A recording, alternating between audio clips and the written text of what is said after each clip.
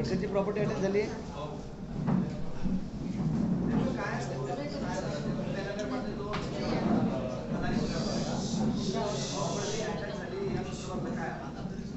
नाही एकनाथराव खडसे ज्यांनी मला जी माहिती आहे त्याच्यावर SIT नेमली गेली होती विधानसभेत, त्यावेळेला मी होतो.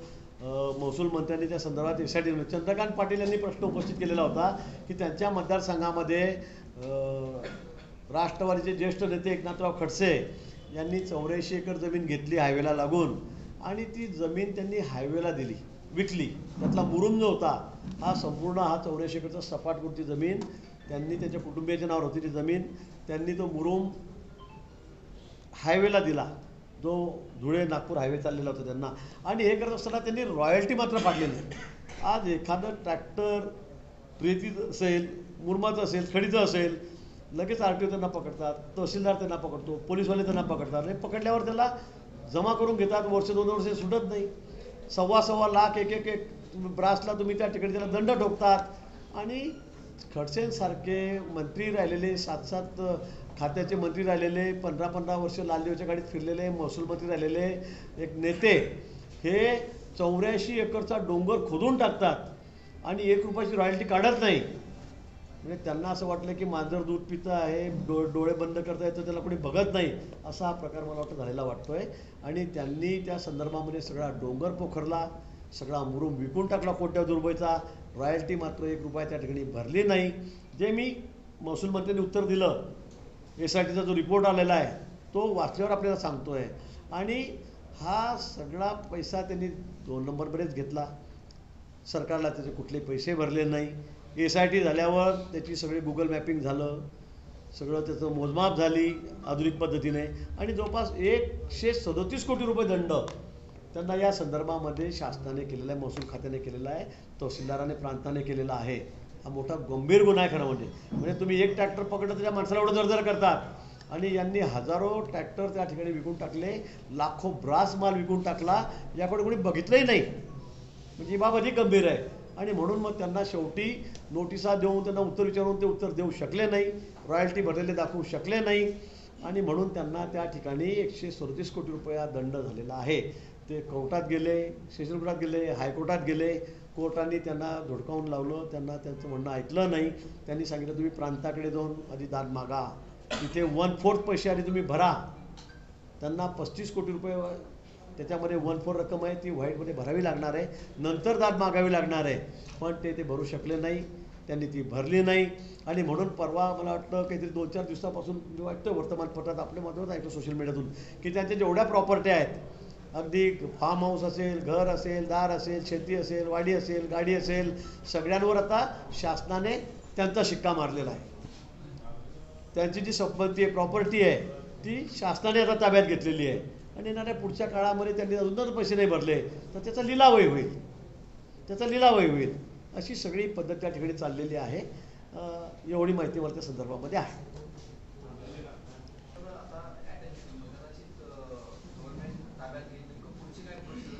नाही, ती शासकीय पद्धत आहे या संदर्भामध्ये. आपण कुणाचंही बघा, 2 ब्रासवालेच असतात, त्याचे ट्रॅक्टर लिलाव करतात, पैसे नाही भरले तर त्याची प्रॉपर्टी लिलाव करतात. यांच्यात 137 कोटी रुपये आहेत. आता यांच्या प्रॉपर्टीवर सरकारचा शिक्का बसलेला आहे, सरकार म्हणून त्याच्यावरचं नाव झालेलं आहे.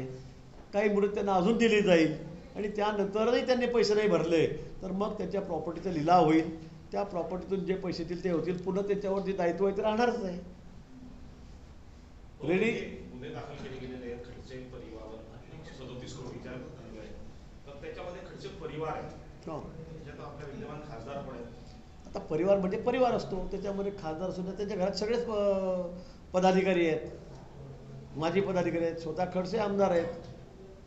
त्याला काय मग ते सगळ्यांच्या नावावर प्रॉपर्टी आहे त्यांच्या कुटुंबातल्या. खडसे परिवार म्हणजे खडसे परिवार, त्याच्यामध्ये मग खासदारचं आहेतच, त्या पण आहे त्याच्यामध्ये. अजून काही घ्यायला राहील का मी हे सांगू शकत नाही. आता मी एवढ्या खालच्या थराला जाणार नाही खरं म्हणजे. पण जे आहे ते फार गंभीर आहे, कारण ती चोरी खूप मोठी आहे. चोरीने हा डाका आहे. 137 कोटी रुपये दंड होतो. महसूल मंत्री तुम्ही आहात आणि तुम्ही 1 रुपया रॉयल्टी भरत नाही, म्हणजे ही चोरी नाही, हा डाका आहे शासनावर. हा शासनाच्या तिजोरीवर डाका टाकलेला आहे, मी असं म्हणेन. भोसरी प्रकरणामध्ये सुद्धा त्यांना 27 कोटी रुपये दंड झालेला आहे. त्याच्यामध्ये सुद्धा 6 वर्षापासून त्यांनी प्रॉपर्टी विकू नये असं पत्र सगळ्या रजिस्ट्रारला ज्यांच्या प्रॉपर्टी ज्या ठिकाणी आहेत त्यांना देण्यात आलेलं आहे. ते प्रॉपर्टी सुद्धा विकू शकत नाहीत अजून तिथला अजून लिलाव बाकी त्यांचा, कारण ते भरावेच लागणार आहेत. 30 कोटी रेडिएटर असलेली प्रॉपर्टी 3 कोटी रुपयामध्ये तुम्ही देतात, म्हणजे किती कौतुक करावं त्यांचं आणि किती बोलावं त्यांच्याबद्दल. असं कोणी करू शकतं का? पण त्यांनी ते केलेलं आहे.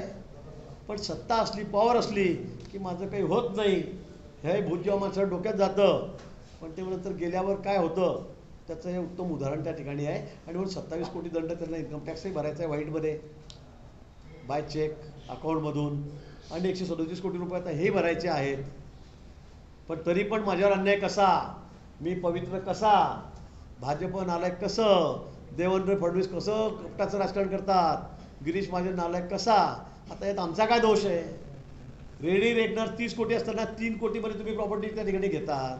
तो रजिस्ट्रार 3 महिने जेलमध्ये जाऊन आला तुमच्या दडपणाला बळी पडला म्हणून. आपले जावई बिचारे आमचे गिरीश ते 2.5 वर्ष बिचारा तो गरीब माणूस काय नसताना 2.5 वर्ष जेलमध्ये जाऊन आला. पण मग हे आपल्याला समजत नाही का? आपल्याला स्वार्थच कसा समजतो हा? रॉयल्टी फाडावी लागते. 84 एकरचा डोंगर आपण कोरतोय, 1 रुपया रॉयल्टी आपण फाडत नाही, हे आपल्याला कळत नाही. पण स्वार्थ माणसाला कुठे नेऊन ठेवतो याचं उत्तम उदाहरण आहे. म्हणजे भ्रष्टाचारावर आपण लोकांच्या वारंवार बोलतो आणि स्वतःचा आपण त्याचे कुलगुरूच आहात याचा विचार आपण कधी करत नाही.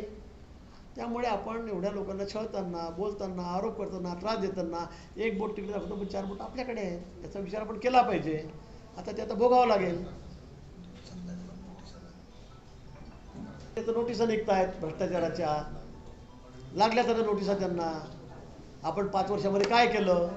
1 वर्ष सांगितलं राहू, 5 वर्ष राजीनामा दिला नाही, कारण लोणी चांगलं लागलं, तूप चांगलं लागलं. मग आता त्या पण नोटिसा लागलेल्या आहेत. तर अगदी सरळ सूर्यप्रकाश इतकं स्वच्छ सगळा भ्रष्टाचार तो सुद्धा समोर आलेला आहे. आणि म्हणून मला असं वाटतं आपण जर स्वच्छ इतके असाल तरच आपण लोकांवर इतका त्रास द्यावा, इतकं छळावं लोकांना, विनाकारण त्रास द्यायचा, कारण नसताना त्रास द्यायचा, खोटे गुन्हे दाखल करायची सत्ता आली की. आता ते असत्य काहीच नाही आहे. आमच्यावर तर मोका लावून टाकला. 3 वर्ष 12 दिवसापूर्वी मी त्या विजय पाटलाला मोबाईलवर धमकी दिली, रामेश्वरनी फोन दाखवून, त्याच्यावर आम्हाला मोका लागला. आणि केस 3 वर्ष 12 दिवसांनी त्यांच्या मतदारसंघात नोंद झाली, पुण्याची केस 600 किलोमीटरवर. आम्ही तसं काही केलेलं नाही आहे. तुम्ही द्या ना, उत्तर द्या ना एखाद्या नोटिशीला की हा मुरुम टाकला कुठे, कोणती रॉयल्टी फाडली. हां, आता जसं पेरायचं आहे तसं उगवणार आहे.